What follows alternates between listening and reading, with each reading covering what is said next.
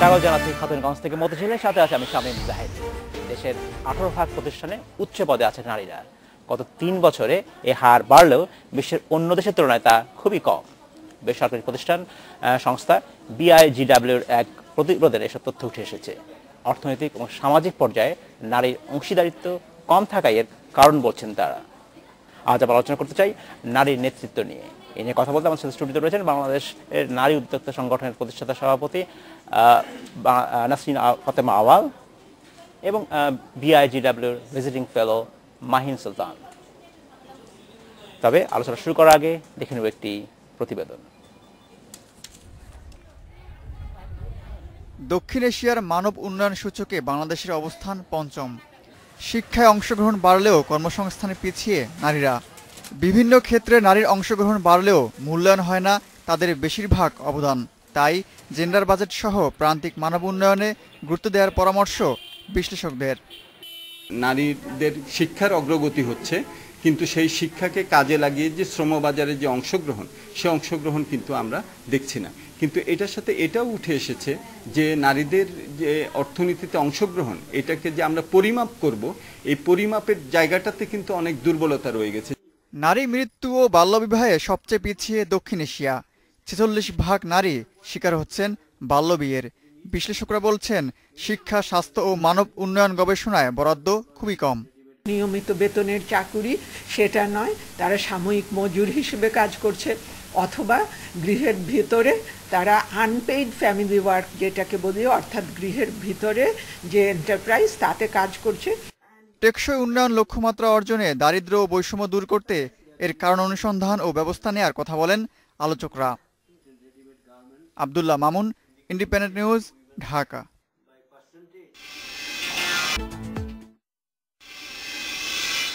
আমরা শুরু করছি আলোচনা। নাসরিন ফাতেমা আওয়াল এবং মাহিন সুলতান, আপনাদেরকে স্বাগত জানাচ্ছি অনুষ্ঠানে। কেমন আছেন আপনারা? ভালো আছে, থ্যাংক ইউ। মিস সুলতান, আপনার কাছে আমি প্রথম জানতে চাচ্ছি যে গতকালকে যে একটি প্রতিবেদন প্রকাশ করেছেন আপনারা বিআইজিডিবি দেশের 18% প্রতিষ্ঠানে উচ্চ পদে নারীরা রয়েছে, কিন্তু অন্য দেশের তুলনায় এই সংখ্যাটা খুব আশাব্যঞ্জক নয়। এই যে গবেষণায় কি উঠে এসেছে, কেন আসলে আমাদের দেশের নারীরা উচ্চ পদে যেতে পারছেন না? এটা বিভিন্ন প্রতিষ্ঠানে, এটা চাকরির ক্ষেত্রে হতে পারে, ব্যবসার ক্ষেত্রে হতে পারে। আচ্ছা, যেটা কালকে আমরা প্রকাশ করলাম সেটা হচ্ছে সাউথ এশিয়ার হিউম্যান ডেভেলপমেন্ট রিপোর্ট। এই গত বছর 2016 যেটার শিরোনাম ছিল empowering women in south Asia. তো সেইখানে আমার সুযোগ ছিল বাংলাদেশ চ্যাপ্টারটা করা। তো আপনি যেটা বলছেন 18% ব্যবসায়িক প্রতিষ্ঠানে নারীরা ইয়েতে আছেন নেতৃত্ব পদে, ওটা কিন্তু সাউথ এশিয়ার ফিগার। আর বাংলাদেশের ফিগার আরও বেশি কম, এটা মাত্র 12%। আচ্ছা, সো আর এটা হচ্ছে যাদের ওনারশিপে পার্টিসিপেশন আছে, কিন্তু মাত্র 5%-এর মতো প্রতিষ্ঠানে, ব্যবসায়িক প্রতিষ্ঠানে টপ ম্যানেজমেন্টে নারী প্রতিনিধিত্ব আছে, এবং সেখানে তাদের অংশীদারিত্ব নেই। না, আমি বলবো যে ওনারশিপ, টপ লিডারশিপ মাত্র 5%। এটার বিভিন্ন কারণ আছে, যেটা এই প্রতিবেদনেও এসছে, আগেও কাজ হয়েছে, যে ইনফ্যাক্ট ওনারশিপ অফ অ্যাসেটস, আপনি যদি ল্যান্ড বলেন, প্রপার্টি বলেন, ফাইন্যান্সিয়াল অ্যাসেটস, সব দিক থেকে এইসব জায়গায় কিন্তু নারীরা অনেক পিছিয়ে আছে। আমরা জানি যে ইনহেরিটেন্স রাইটসেও তো নারীদের সমান অংশীদারিত্ব নাই, মানে আমরা পৈতৃক সূত্রে যেটা পাই, ধরেন মুসলিম পারিবারিক আইনেও তো আমরা মাত্র হাফ পাই, তার স্বামীর অংশটা ওনারা পান, সেটাও পান তারা। হ্যাঁ, কিন্তু স্টিল এখানে একটা বৈষম্য আছে বলা যায়। আর আরেকটা হচ্ছে যে আপা বেশি ভালো বলবেন, যে ব্যবসায়িক ক্ষেত্রে কিন্তু নারীরা সেভাবে ঐতিহাসিকভাবে আসেনি, এখন কিছু কিছু ক্ষেত্রে আসছে, কিন্তু অনেক রকমের বাধা আছে। একটা হচ্ছে পরিবার থেকে বাধা, আর একটা হচ্ছে যেহেতু ব্যবসার সাথে জড়িত না, ব্যবসায়িক মহলটা নাচে না। তারপর ব্যাংকে যদিও আমাদের সরকার বিভিন্ন রকমের সুযোগ দিচ্ছে, আদৌ ব্যাংকগুলি ওই সুযোগগুলি মহিলাদের কাছে পৌঁছাতে পারছে কিনা হচ্ছে একটা বড় প্রশ্ন। ধন্যবাদ। আমি আপনার কাছে ফিরে আসবো। নাসরিন ফাতেমা আওয়াল, আপনার কাছে আমি জানতে চাচ্ছি যে গবেষণার কথা বলা হচ্ছে যে 18% প্রতিষ্ঠানে নারীরা উচ্চ পদে, কিন্তু এর মধ্যে যদি আমরা দেখছি যেসব প্রতিষ্ঠানে ওনারশিপ নেই বা অ্যাসেট নেই, সেসব প্রতিষ্ঠানের সংখ্যা আসলে আরও কম। আমরা যদি বলি এন্টারপ্রেনারশিপের কথাই বলি, চাকরির ক্ষেত্রে বাদই দিলাম, এন্টারপ্রেনারশিপের ক্ষেত্রেও আমাদের দেশের নারীরা ঠিক কাঙ্ক্ষিত লক্ষ্যে যেতে পারছেন না, আমি যদি বলি টপ ম্যানেজমেন্ট যেতে পারছেন না, আমি প্রায় শুনি আসলে তার বিহাইন্ড তাদের হাজব্যান্ড রয়েছেন বা তাদের বাবা রয়েছেন। একদম একা একা গড়ে ওঠার এই সাকসেস রেট খুব যে একটা বেশি দেখা যায় তা না, কেন? ধন্যবাদ জাহিদ সাহেব আপনাকে। অ্যাকচুয়ালি কি দেখা, আমাদের দেশে প্রথম কিন্তু গড়ে উঠেছিল নারীরা বড় বড় বিজনেস হাউসেই, দেখবেন ব্যাংক ট্যাঙ্ক এগুলোতে, যে হাজবেন্ডদের বা বাবাদের একজন দরকার, একজন ডাইরেক্টর করা দরকার, তার নিজের নামে করতে পারছে না। খুব ভালো কথা বলছেন, প্রায় ব্যাংকে আমরা প্রায় দেখি। হ্যাঁ, ব্যাংকে এরকম ইন্স্যুরেন্স কোম্পানিগুলোতে দেখা যায় যে তখন কি হয়, তখন ওয়াইফকে এনে দেয় যে ওকে সে হচ্ছিল ডাইরেক্টর, কিন্তু ওয়াইফ কিন্তু কিছুই জানে না। মহিলারা কিন্তু এই বিজনেস সম্বন্ধে, ব্যাংক বা যেটাতে উনি এসছেন, উনি কিন্তু স্লিপিং পার্টনার বলতে পারেন, যে উনি কিছুই জানে না, উনি খালি ওনার কাছে কাগজ আসলে সই করা হতো। কিন্তু এখন দেখা যাচ্ছে সিনারিওটা চেঞ্জ। আমরা বিশেষ করে 2000 সনের পর থেকে দেখতে পাচ্ছি যে মহিলারা একটু নড়ে চড়ে বসছে, যে না আমরাও তো ডিরেক্টর, যখন আমাদেরও কিছু কন্ট্রিবিউশন থাকা উচিত, দরকার।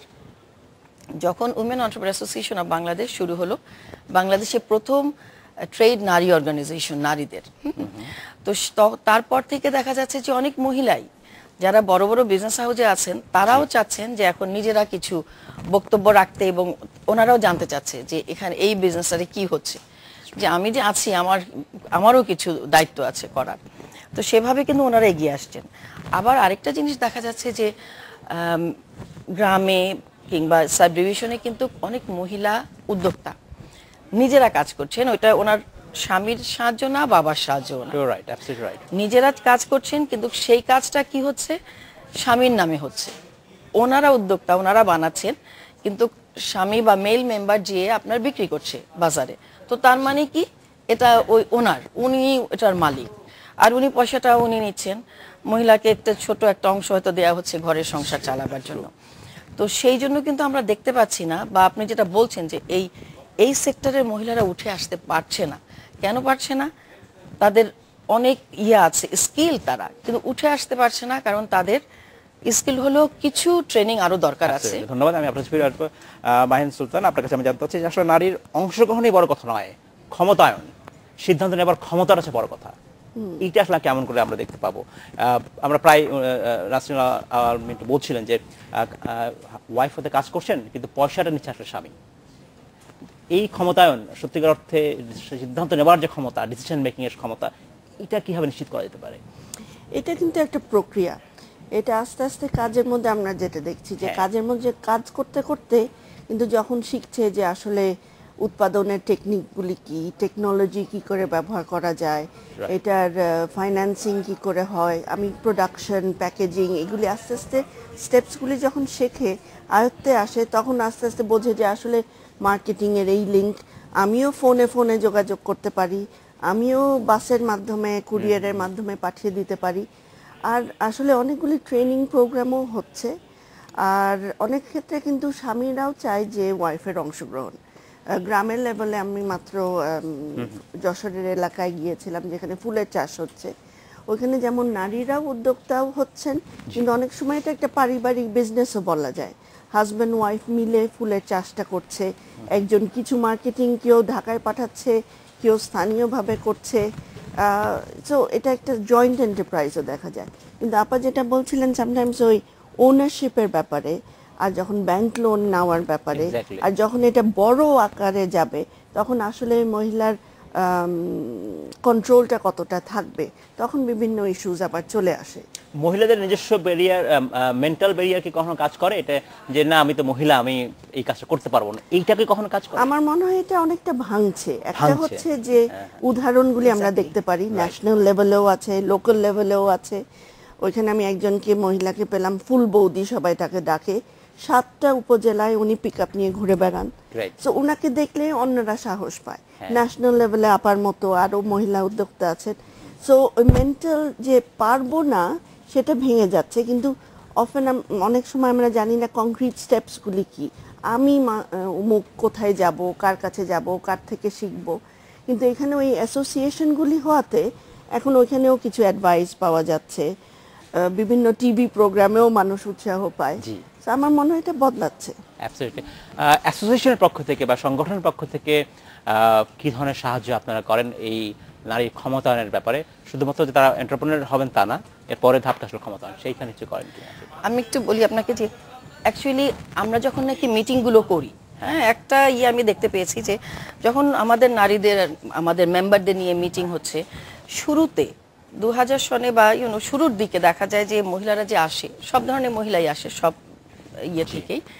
তো প্রথম দেখা যেত কি মহিলারা চেয়ার ছাড়তে চাচ্ছে না, তারপরে আপনার একজন আরেকজন জায়গা দিচ্ছে না, কিংবা আমার বিজনেস এটা আমি কাউকে জানাবো না আমার টেকনিক, এ ধরনের একটা যে আরেকজন যেন এটা না করে। আচ্ছা, সবসময় এই ধরনের টেন্ডেন্সি ছিল, কিন্তু এখন দেখি কি যে না, এখন দেখা যাচ্ছে যে তারা শেয়ার করছে। আচ্ছা। এবং কেউ না পারলে তাকে বলা হচ্ছে যে তুমি এভাবে এভাবে করো, আগে এটা দেখা যেত না। যেটা নাকি আপা বললেন যে আসলে এটা ভাঙছে এখন। মহিলারা যেমন আগে মনে করতো এটা আমার বিজনেস না, আমি বানালে কি, আমার স্বামীর বিজনেস, আমার বাবার বিজনেস, এখন কিন্তু সেটা এখন কিন্তু আমার করে ভাবতে শিখছে। কিন্তু ভাবতে শিখলো ফান্ডটা কিন্তু তারা এখনো ঠিক মতো ইউজ করতে পারেনি। ধন্যবাদ। আমরা নেব একটু বিরতি, বিরতি পরে বাকি অংশ আমরা আবারও শুনবো আপনাদের কাছে। নিচে একটি বিরতি, আমাদের সাথেই থাকবেন। স্বাগত একবার খতনের কাছ থেকে মধুশিলা। আজ আমরা আলোচনা করছি নারী নেতৃত্ব নিয়ে। এই নিয়ে কথা বলতে আমাদের স্টুডিওতে রয়েছেন বিশেষ নারী উদ্যোক্তা নাসরিন ফাতেমা আওয়াল এবং বিআইজিডির ভিজিটিং ফেলো মাহিন সুলতানা। মাহিন সুলতানা, আপনার কাছে আমি জানতে চাচ্ছি যে নারী শিক্ষা, স্বাস্থ্য এবং বাল্যবিবাহ, বিবাহের কথা যদি আমরা বলি, এটা বড় বাধা তাকে এগিয়ে যেতে, শুধু নেতৃত্বে নয়, তাকে সুস্থভাবে মানে গড়ে উঠতে হলে এটা প্রয়োজন আছে। এই বাল্যবিবাহের জায়গাটা আসলে আমরা কতটা সাকসেসফুল হয়েছি এটাকে বন্ধ করবার ব্যাপারে? এইখানে আমরা যথেষ্ট সাকসেসফুল হইনি, এখানে আমরা একটু পিছিয়ে আছি। অনেক এজ এট ম্যারেজ বাড়ছে, কিন্তু আমরা দেখছি যে 50% মেয়ে 18-র আগেই কিন্তু বিয়ে হয়ে যাচ্ছে। তো এটা কিন্তু তার যেমন শারীরিক একটা কনসিকুয়েন্স আছে, ওভারঅল যখন সেই কাপলের মধ্যে যাবে বা তার ফিউচারের জন্য সিদ্ধান্ত গ্রহণের জন্য একটা বড় বাধা। যেহেতু সে একটা অপ্রাপ্ত বয়সে বিয়ে হয়েছে, সে কিন্তু ওই পরিবারের মধ্যে সেভাবে তার মত প্রকাশ করার সুযোগ পাবে না। আর আমরা দেখেছি যে বাল্য বিয়ের সাথে কিন্তু পারিবারিক নির্যাতনের একটা বড় লিঙ্ক আছে। যদি এই স্বামী স্ত্রীর মধ্যে বয়সের পার্থক্য হয় এবং 18 বয়সের আগে বিয়ে হয়, ওইখানে ওই পরিবারের পারিবারিক নির্যাতনেরও হার বেশি। আচ্ছা। তো যেহেতু তার শিক্ষাও শেষ হবে না, সেই পরিবারের মধ্যে একটা অসম অবস্থায় থাকবে, তখন কর্মক্ষেত্রেও তার জন্য প্রবেশ করা কিন্তু খুব কঠিন, কারণ সে ওরকম কোয়ালিফিকেশনস নিয়েও আসতে পারছে না। কারণ ব্যবসা ক্ষেত্রে বা চাকরির ক্ষেত্রে বিভিন্ন রকমের বাধা হবে। তো এই যে বাল্য বিবাহ কিন্তু আমাদের জন্য একটা খুব বড় সমস্যা আমি বলবো। নাসরিন, আপনার কাছে আমি জানতে চাচ্ছি, আপনি বলছিলেন যে আপনাদের প্রতিষ্ঠানের অ্যাসোসিয়েশনের পক্ষ থেকে আসলে যারা নারী উদ্যোক্তা আছেন তাদের জন্য কি করে থাকেন, কি ধরনের সাহায্য দিয়ে থাকেন আপনি বলছিলেন? আমি তো একটা বললাম যে আমরাই জানতাম না যে এটা একটা সাহায্য হচ্ছে নারীদের, যেটা আমি বললাম, এবং তারপরে আমরা ট্রেনিং দিয়ে থাকি। তারপরে আমরা মেলা করি তাদের জন্য দেশে বিদেশে, এবং বিদেশে আমরা যখনই চান্স পাই মেম্বারদেরকে আমরা বিদেশে পাঠাই মেলা করতে, ট্রেনিংয়ে অংশগ্রহণ করতে। তো এগুলি কিন্তু অনেক হেল্প হয়। যখন ফিরে আসে তারা বিদেশ থেকে, দেখা যায় যে তাদের প্রোডাক্টের চেহারা চেঞ্জ হয়ে গেছে, আরও বেটার হচ্ছে। তো আমার মনে হয় এই জিনিসটা খুব দরকার। নারীদেরকে যদি আমরা সত্যি এম্পাওয়ার করতে চাই, আমরা যদি সত্যি উদ্যোক্তাদেরকে নিয়ে চিন্তা করি, তাহলে আমার মনে হয় যে ট্রেনিংগুলো আমরা ট্রেনিং করাচ্ছি, আমরাও করাচ্ছি, অনেকেই করাচ্ছে ট্রেনিং, কিন্তু এই ট্রেনিং এনাফ না। আমরা 5 দিন বা 7 দিনের একটা ট্রেনিং হচ্ছে, আমার মনে হয় যে বেশি 1.5 মাসের একটা ট্রেনিং থাকা উচিত। এবং ট্রেনিংয়ের পরে আরেকটা জিনিস দেখবেন যে নারীরা এগোতে কেন পারছে না, ট্রেনিং নিচ্ছে অনেকেই, কিন্তু তারা কেন বিজনেসে আসতে পারছে না? কারণ ট্রেনিংয়ের পাশাপাশি আপনাকে যদি পুঁজির সাহায্যটা না দেওয়া হয়, ডকুমেন্টেশন ব্যাংকে, হ্যাঁ ব্যাংকে আপনি লোনটা আপনি যদি সাথে সাথেই দেন, তাহলে কিন্তু মহিলাটা উঠে যাচ্ছে, কারণ সে জানে কি করতে হবে। কিন্তু আপনি যদি তাকে বারবারই ঘোরান লোনটা নিয়ে, আর তারপরে সেও একটু ভয় পেয়ে, অনেক মহিলাকেই দেখা গেছে নারীদেরকে ভয় পেয়ে পিছিয়ে চলে যাচ্ছে। ধন্যবাদ। আমি আপনার কাছে ফিরে আসবো। আমরা যে চাকরি স্থলের কথা চিন্তা করি, সেখানে একজন নারীদের কাজ করবার ক্ষেত্রে কোনো বাধা আছে কিনা? আমি যদি বলি বাধা হয়তো নয়, চ্যালেঞ্জটা কি সেভাবে বলতে পারি। যেমন তার কাজের জন্য যেমন একজন মহিলা যিনি কাজে জয়েন করলেন, কিছুদিন পরে উনি মা হলেন, তখন তাকে যে কাজটা করতে হবে, আমরা প্রায় বলি যে বেবি কেয়ার সেন্টার থাকা উচিত, এইগুলো এই জাতীয় সুযোগ সুবিধা বা তার মাতৃত্বকালীন যে ছুটি, সেটা সব প্রতিষ্ঠানে ঠিকভাবে সরকার প্রদত্ত আইন অনুযায়ী মানা হচ্ছে কিনা, এই বিষয়গুলো কি আপনাদের গবেষণায় কোনো কিছু এসেছে? আচ্ছা, ঠিক এই রিপোর্টে এতটা না, কিন্তু এই ব্যাপারে বিভিন্ন গবেষণা আছে। দেখা যাচ্ছে যে আপনি যেটা বললেন যে একটা হচ্ছে ট্রান্সপোর্টেশন একটা বড়, যে অফিসে আসার জন্য যেই ধরনের দরকার একটা নিরাপদ সময় মতো ধাক্কাধাক্কি ছাড়া একটা যাতে করে সুস্থভাবে আসতে পারে, এটা একটা বড় বাধা। মাতৃত্বকালীন ছুটি সরকারের থেকে এটা বেড়েছে, কিন্তু প্রাইভেট সেক্টর, এনজিও সেক্টরে সবখানে এতটা নাই। ডে কেয়ার সেন্টারে কিন্তু একটা বিশাল স্বল্পতা, যদিও আমাদের শ্রম আইনে বলেই যে এটা থাকা উচিত, সব প্রতিষ্ঠানে সেভাবে নাই। তারপর আরেকটা হচ্ছে এখন গবেষণায় বার হয়ে আসছে যে কর্মক্ষেত্রে যে যৌন হয়রানি, সেটাও কিন্তু একটা বড় বাধা, যেটা আমাদের আইন অনুযায়ী এখন প্রত্যেকটা কর্মস্থলে একটা কমিটি হওয়া উচিত, যেখানে এটা মনিটর করে কমপ্লেইন্স করা যাবে, কিন্তু এটাও আবার সব জায়গায় কিন্তু চালু নাই। তারপর প্রমোশনের ক্ষেত্রে তো বিভিন্ন রকমের আবার বাধা চলে আসে, কারণ হয়তো তাকে ওইভাবে দেখা যায় না একজন পুরুষ কলিগের মতো, সেখানে মনে করা হয় সে কম দায়িত্ব নিতে পারবে, কম করবে, আবার অন্য রকমের বৈষম্য চলে আসে। ট্রেনিং এর সুযোগেও হয়তো কিছু বৈষম্য চলে আসে। মহিলাও যেতে পারেন না, তাদের পরিবার থেকে বাধা আসে যে দেশে বাইরে এই 5 দিনের জন্য যেতে পারবেন না, ছোট বাচ্চা রয়েছে। এই সমস্যাগুলো হয়, যেটা আমরা তো সরকারি চাকরির কথাও বলি যে সবার জন্য কিন্তু আমরা বলছি চাকরির বয়স সময় একটা নির্দিষ্ট করা আছে, এক্ষেত্রে কি মহিলাদের জন্য ভাবা উচিত কিনা, আর বাড়তি একটু রিল্যাক্স করা যেতে পারে কিনা? এখানে কিন্তু আমাদের সরকার থেকে বিসিএস এর জন্য মেয়েদের জন্য বয়সটা একটু বেশি পুরুষদের চেয়ে, আই থিঙ্ক এটা এখনো কন্টিনিউ করছে। এটা কিন্তু একটা ভালো উদ্যোগ, যে যদি কোনো কারণে হয়তো পড়াশোনায় দেরি হয়েছে বা বাচ্চা নিতে দেরি হয়েছে, হয়তো একটু দেরি করে আসলো। আরেকটা দেখা গেছে যে ধরেন সরকারি চাকরির ক্ষেত্রে যে বিভিন্ন ট্রেনিংগুলি হয়, প্রশাসনিক ট্রেনিং, ওইখানে কিন্তু চাইল্ড কেয়ার কিন্তু সবসময় থাকে না। অনেক সময় মহিলারা ওই ট্রেনিং এ যায় না কারণ বাচ্চা হয়েছে, কিন্তু বাচ্চাকে নিয়ে যদি যেতে পারতো তাহলে আর না সময় মতো না করলে ক্যারিয়ারে দেরি হয়ে যায়, ক্ষতি হয়। নাসরিন আলম, আপনার কি মনে হয় যে একজন উদ্যোক্তার ক্ষেত্রে এই ধরনের সমস্যাটা নাই? এক্স্যাক্টলি যে সমস্যার কথা বলছি, যাতায়াতের হয়তো সমস্যা আছে, কিন্তু ডে কেয়ার সেন্টার হয়তো প্রয়োজন নাই, উনি হয়তো নিজের মতো ব্যবসাটা ম্যানেজ করতে পারেন। তারপরও কিন্তু আমি বলবো যে এই ধরনের সমস্যা উদ্যোক্তাদেরও আছে। কারণ কি, আপনি যদি বাচ্চাকে বাসায়, আমি কাজে গেছি, আচ্ছা, আমার তো টেনশন থাকবে যে বাচ্চা কি হলো, পড়ে গেল নাকি খেলো ঠিক মতো, আর বাসা থেকেও চায় না তুমি বেবি রেখে তুমি কাজে যাবে না, তো সেটা কিন্তু একটা বিরাট বাধা। তো এর জন্য যদি সব জায়গায় যদি ডে কেয়ার সেন্টার ঠিক মতো করা হতো, তাহলে দেখেন ডে কেয়ার সেন্টার হলে এমপ্লয়মেন্ট জেনারেশন হচ্ছে, কারণ সেখানে কিছু মানুষ কাজ করছে, চালাচ্ছে। আর উদ্যোক্তারা তারাও স্বচ্ছন্দে টেনশন ফ্রি হয়ে আপনার বাচ্চা রেখে স্বচ্ছন্দে তার কাজটা করছে। আর এই যে ট্রান্সপোর্টের কথা বললো, এটাও কিন্তু আরেকটা বিরাট বাধা বলবো। অসংখ্য ধন্যবাদ নাসরিন ফাতেমা আওয়াল, মাহিন সুলতান, আপনাকে অসংখ্য ধন্যবাদ। আজকে শেষ করতে হচ্ছে, ভবিষ্যতে নিশ্চয়ই আপনার সাথে আমরা আবারও কথা বলবো। ধন্যবাদ। ধন্যবাদ আপনাকে। এই ছিল আজকের মতো খবর থেকে মধ্যে ছিল, আমাদের সাথেই থাকবেন, দেখা হবে আবার।